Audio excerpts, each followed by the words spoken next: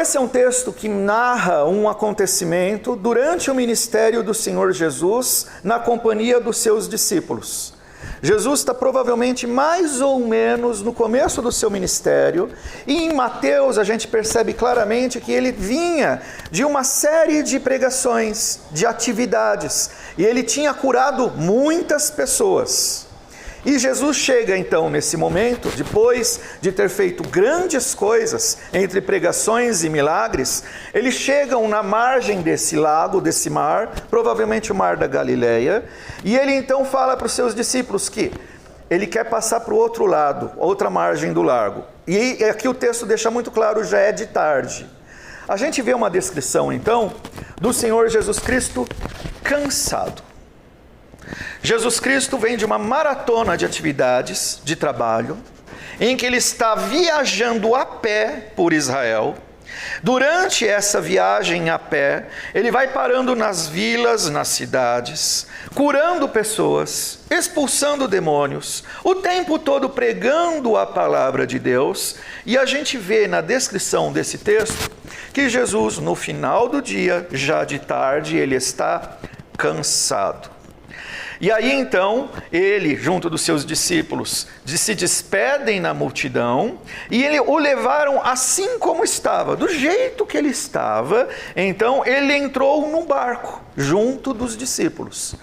Jesus está sendo seguido por muitas pessoas, por uma multidão de pessoas. Por quê? Porque ele está viajando a pé por Israel, pregando sobre o reino de Deus, a palavra de Deus, chamando as pessoas ao arrependimento e à fé, anunciando as boas novas da salvação e fazendo muitos milagres. Obviamente, por causa dos milagres, muitas pessoas estão indo atrás de Jesus. E Jesus está curando a muitos. Então, o fato do Senhor Jesus Cristo evidenciar o poder de Deus com misericórdia e graça, manifestando até mesmo milagres de curas, isso atrai muitas pessoas. Naturalmente isso acontece. Só que Jesus está cansado, fisicamente cansado. Aqui a gente já percebe uma verdade sobre o Senhor Jesus Cristo que é necessária. Porque nós só somos salvos e temos a graça de Deus tendo fé no Senhor Jesus e na sua obra de salvação. Como pode Jesus, com todo o poder que ele tem, estar cansado? Até no Salmo 121, é um cântico de louvor a Deus, em que as pessoas são convidadas a elevar os seus olhos para os montes, dizendo: de onde me virá o socorro? E o texto continua: o meu socorro vem do Senhor, porque Ele fez o céu e a terra. Ele é todo poderoso. Ele não vai permitir que os teus pés, os pés daqueles que confiam no Senhor, não permitirá que os seus pés vacilem. E o texto continua: não dormitará aquele que te guarda. É certo que não dormita nem dorme o guarda de Israel. Ora, os salmos cantam sobre o nosso protetor, Deus o Criador, sendo um dos motivos para nós confiarmos nele, o fato de que ele não dorme. E a gente está vendo aqui no texto, Jesus cansado, do jeito que ele estava, ele entra no barco, cansado. O texto no verso 36 diz que eles se despediram, ele e os discípulos se despediram da multidão, e outros barcos até o seguiram o mar adentro. Então foi feita uma caravana de barcos seguindo o Senhor Jesus. E o texto vai continuar descrevendo: ora, levantou-se grande temporal, uma grande tempestade de vento, e as ondas se arremessavam contra o barco onde o Senhor Jesus e os seus discípulos estavam, de modo que o mesmo já estava a encher-se de água, e Jesus estava na popa fazendo o quê? Dormindo sobre o travesseiro. Salmo diz: o guarda de Israel, o nosso protetor, não dorme. O texto está descrevendo o Senhor Jesus Cristo tão cansado, que foi lá na popa, no fundo, na parte de trás do barco, na parte de baixo, montou um tipo de um travesseirinho ali e foi fazer o quê? Dormir. Quando? No meio de uma tempestade. Uma tempestade, e o texto descreve que é uma tempestade terrível, com um vento forte, o barco começou a encher de água, e é interessante que a Bíblia ensina, o Novo Testamento ensina, que esses discípulos do Senhor Jesus eram homens acostumados com o mar, a maioria deles era pescador, conhecia muito bem esse mar da Galileia, sabiam lidar com tempestades, e o texto vai mostrar que eles ficaram desesperados. Logo, essa tempestade era anormal, era muito forte, era incomum. Incomum a ponto de homens experimentados com o mar e com as tempestades comuns que acontecem no mar ficarem aflitos. É uma tempestade incomum. E o Senhor Jesus Cristo está fazendo o quê? Dormindo. Ele está descansando. E então ele está dormindo sobre o travesseiro, e aí os discípulos, verso 38, diz que eles o despertaram e disseram para ele: Mestre, não te importa que perecemos? Em outras palavras, você não se importa? A gente está prestes a morrer. Você não liga? Você não está vendo o que está acontecendo? A gente aqui desesperado, tentando manter o barco em pé, navegando, a gente não está tendo controle, e você está fazendo o quê? Dormindo? Você não liga? Os discípulos deram uma bronca no Senhor Jesus, uma ousadia. E ele então, despertando, repreendeu o vento e disse ao mar: acalma-te, emudece. O vento se aquietou e fez-se grande bonança. Ficou tudo tranquilo, como se não tivesse acontecido tempestade nenhuma. E aí então ele diz para os discípulos, aí ele se volta para os discípulos: por que vocês são assim tão tímidos? Como é que não tendes fé? E eles ficaram, a reação deles, eles ficaram possuídos de grande temor, e uns falavam para os outros, eles não falavam para o Senhor: quem é este que até o vento e o mar lhe obedecem? Esse texto tem o propósito de dizer justamente a resposta para essa pergunta. Quem é esse que estava cansado, foi dar uma cochilada, embora os salmos digam que Deus, o guarda do seu povo, não cochila? Será que nós temos uma contradição aqui? Ele foi descansar. Então aconteceu uma tempestade, e no meio da tempestade ele está descansando. Os discípulos, nós, aqui isso descreve a nossa realidade, nós cremos no Senhor Jesus e dizemos: Ele está no nosso barco, está na nossa vida. E aí veio a tempestade e a gente vira para Jesus e fala: você não liga? Você não está vendo que está dando tudo errado? Não era para ser assim, aliás, não era nem para você estar dormindo. O Salmo diz que você não dorme. Os discípulos dando bronca no Senhor, e obviamente, a gente viu no texto, o Senhor então repreende toda a tempestade e dá uma bronca nos discípulos, dizendo: vocês têm pouca fé, vocês são tímidos. Agora vamos examinar por partes. Esse texto tem o objetivo de mostrar quem é esse. Quem é aquele homem que tinha poder para curar doentes, que pregava o reino de Deus, mas que ficou cansado e foi dormir. E mesmo tendo ficado cansado, tem poder sobre a tempestade, sobre o mar, sobre todas as coisas. Lá em Salmo a gente vê que Deus não dormita porque Ele é o Criador de todas as coisas.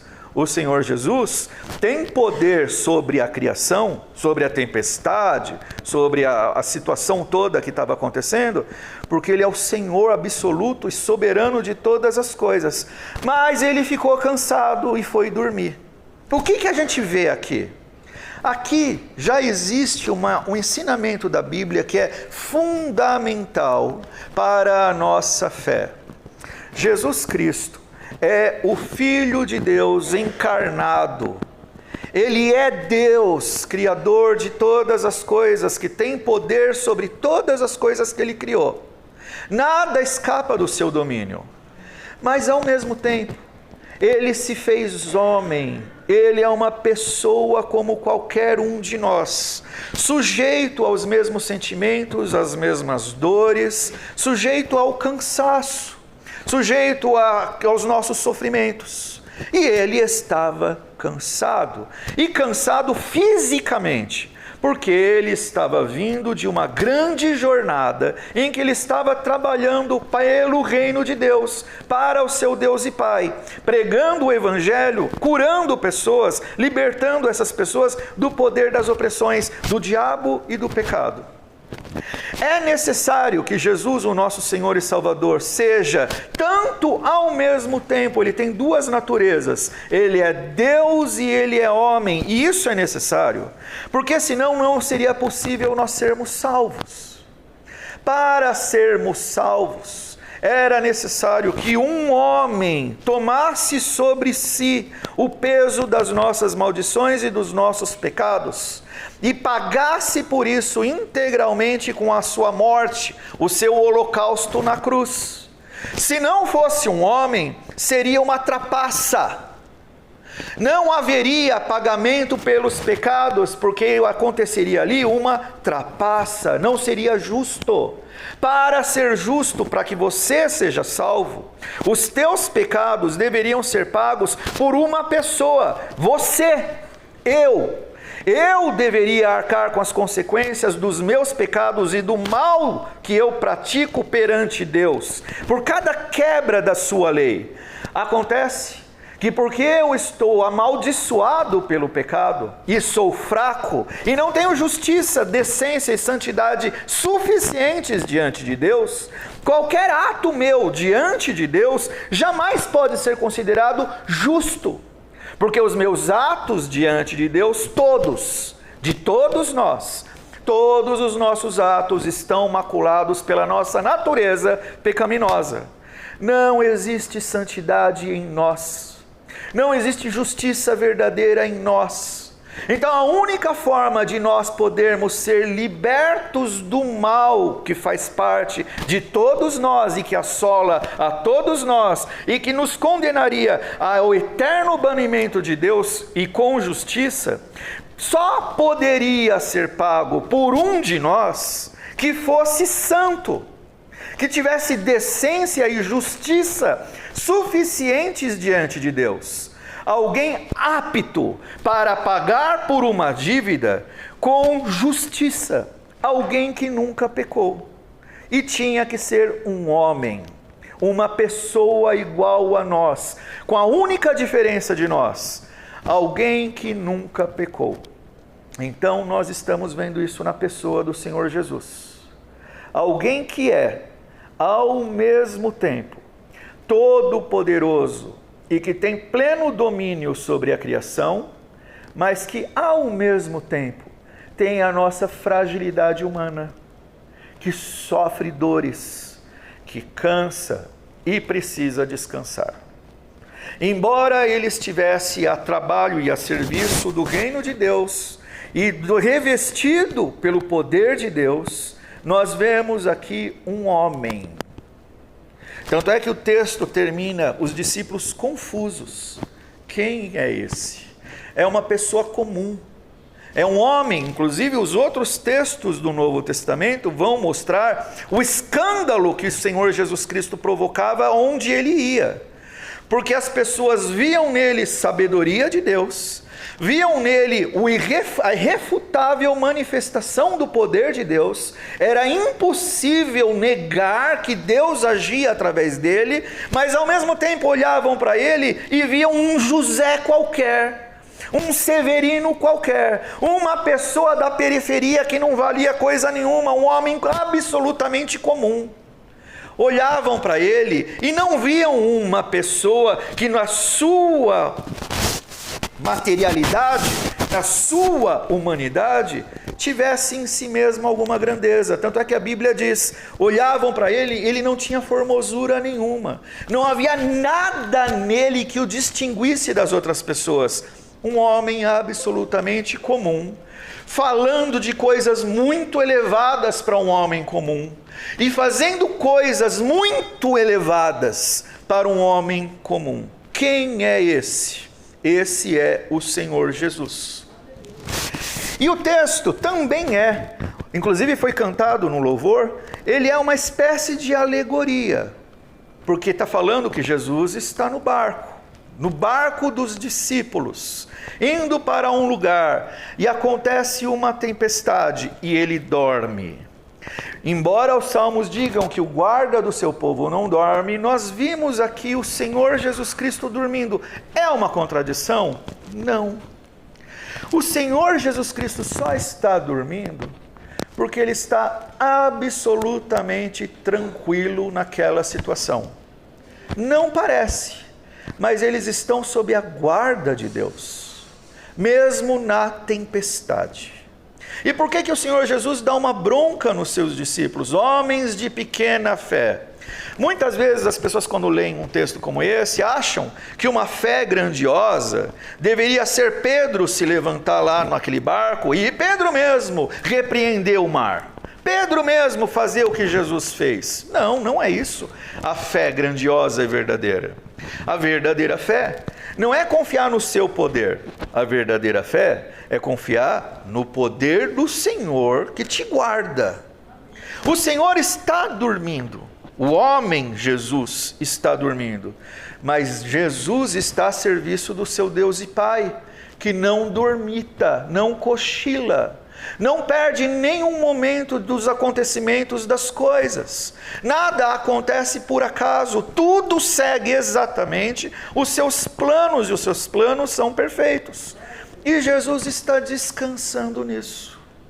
Jesus mesmo está sob a guarda do seu Deus e Pai. E por que é que ele dá uma bronca nos discípulos? Porque já era para os discípulos saberem, primeiro, que o salmo que nós lemos o trecho, Deus não dorme, é real.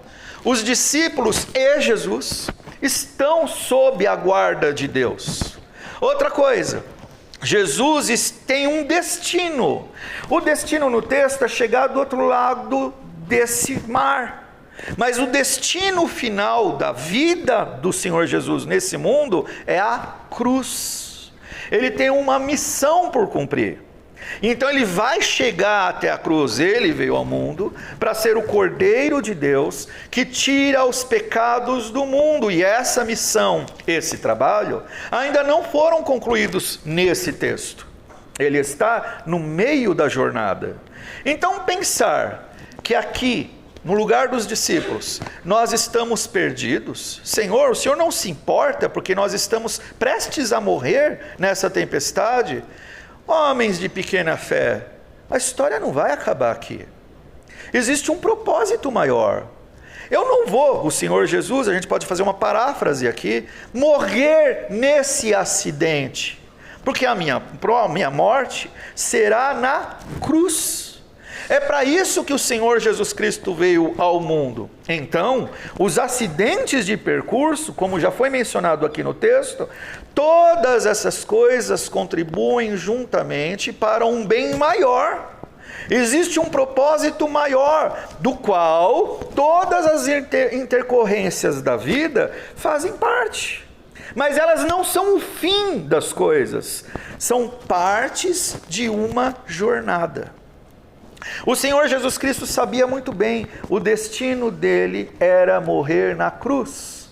É para isso que ele veio ao mundo. Então, ele não vai morrer num acidente, numa tempestade no meio do mar. Não vai ser num naufrágio, nem ele, nem seus discípulos.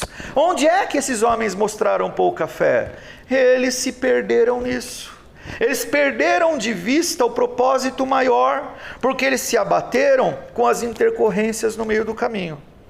Homens de pequena fé, porque vocês deixaram de acreditar na missão do Filho de Deus, no propósito da sua vinda, porque vocês ficaram espantados, atemorizados, escandalizados com o hoje, com o agora.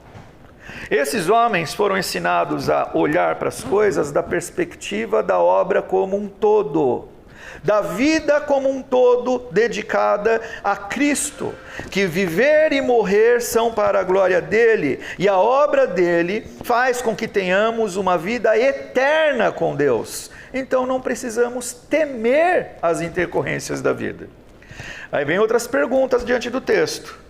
Será que esse texto então é uma garantia de que todas as tempestades da nossa vida vão passar porque o Senhor Jesus Cristo vai repreender a tempestade? Será que crente não morre em naufrágio? Será que aqueles que foram salvos pelo Senhor Jesus Cristo não vão perecer no meio do caminho? Muitas vezes sim. Acontece. Muitas vezes o crente vai morrer no naufrágio. Mas a questão aqui é que esses crentes e nós fomos desafiados pelo Senhor a olhar o propósito maior. Ele é o Senhor que veio nos salvar. Deus é soberano sobre todas as coisas. Nós não estamos entregues aos acidentes no percurso. O que quer que aconteça nas nossas vidas, nós, os que temos a Cristo na nossa vida, uma alegoria aqui, Jesus está no nosso barco, nós, os que temos o Senhor na nossa vida, estamos sob a guarda de Deus, para que os propósitos dele se cumpram perfeitamente. Então esse texto aqui não é uma garantia de que as coisas vão mudar de acordo com a nossa vontade. Esse texto é uma certeza de que aqueles que têm a Cristo na sua vida terão os propósitos do Senhor Jesus Cristo, destinados à glória dele e de Deus Pai, completados, realizados. Nós não temos poder sobre as circunstâncias, sobre o mar, sobre a tempestade, nem sobre o barco. Mas o Senhor Jesus Cristo é aquele que está conosco. Ele disse isso: eis que estarei convosco todos os dias até a consumação do século. E às vezes, na nossa percepção, que é muito limitada, nós temos sim a impressão de que Ele não está vendo o nosso sofrimento. É como se Ele estivesse dormindo. É como se nós estivéssemos por conta própria muitas vezes. Muitas vezes a gente tem a percepção de que Deus nem está ouvindo as nossas orações. Estamos sozinhos, à deriva, para enfrentarmos sozinhos a tempestade da nossa vida. Mas isso nunca é verdade. Até porque o Senhor Jesus Cristo agora não é mais possível Ele se cansar do seu trabalho. Porque o trabalho dele já foi completamente realizado. Ele morreu na cruz, mas ele ressuscitou. Ele está à destra, à direita do seu Deus e Pai, em triunfo e glória. E ele incessantemente intercede pelo seu povo. Nós oramos a Deus em seu nome, e Deus recolhe, ouve nossas orações. Não existe mais a possibilidade de aqueles que confiam no Senhor Jesus estarem sozinhos, porque o Senhor, além de estar conosco, Ele nos deu o seu Espírito, o Consolador. Não é possível aos crentes estarem sozinhos, mas esse texto mostra que muitas vezes, embora não estejamos sozinhos, às vezes é assim que a gente se sente. Esse texto mostra que a verdade da palavra de Deus nem sempre é aquilo que nós sentimos, a maneira como nós interpretamos as coisas. Às vezes, parece que Deus está dormindo, Deus não está vendo, Deus não está se importando com a nossa situação, com o nosso sofrimento, com as injustiças ao nosso redor. Mas Deus tudo vê, Deus está presente. Deus é o verdadeiro consolador do seu povo, a fonte da nossa vida, da nossa força. Pode ser sim que o nosso barco naufrague, mas ainda que o nosso barco naufrague, nossa vida está destinada para as glórias de Deus por toda a eternidade, porque quem crê no Senhor Jesus Cristo é salvo. Nós não estamos mais à mercê da maldição do pecado, nem dos enganos do mundo. Nós estamos nas mãos daquele que nos guarda, ainda que, na nossa percepção, às vezes, pareça que ele está dormindo. Então esse texto também é uma espécie de alegoria, uma ilustração sobre as nossas experiências com Deus. É normal, às vezes, a gente se sentir desolado, sozinho, abatido por causa das provações. É normal. Mas Deus não está na nossa vida para sustentar o que nós sentimos. Ele sustenta a nossa fé pela nossa convicção na palavra dele. Deus é conhecido pela sua palavra e ele disse que nós nunca mais estaríamos sozinhos. Então, às vezes, a nossa luta é contra nosso próprio sentimento. Entre confiar na palavra de Deus e confiar nos nossos sentimentos, que a Bíblia ensina, o coração do homem é desesperadamente corrupto. A gente não tem domínio sobre os nossos sentimentos, sobre nossas emoções, sobre pensamentos como esses que esses discípulos tiveram. Você não se importa, Senhor? Não está vendo? Nós vamos morrer. E Jesus fala, vocês são tímidos demais. A fé de vocês é muito pequena. Vocês não confiam na palavra de Deus.